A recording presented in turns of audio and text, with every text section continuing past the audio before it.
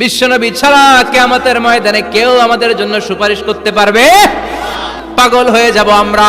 সূর্যটা মাথার কাছে, ক্ষুধায় তৃষ্ণায় জিহ্বাটা কুকুরের মতো বের হয়ে ঝুলতে থাকবে, মাথার মগজগুলো গলে গলে নাকের ছিদ্র দিয়ে কানের ছিদ্র দিয়ে বেয়ে বেয়ে পড়তে থাকবে।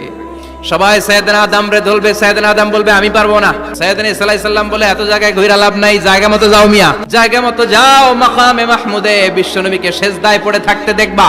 বিশ্বনবী কাঁদতে থাকবেন, সেজদায় পড়ে কাঁদবেন। সবার জিকির ইয়া নফসি, বিশ্বনবীর জিকির ইয়া উম্মতি। বিশ্বনবীর কান্না দেখে আল্লাহর সহ্য হবে না।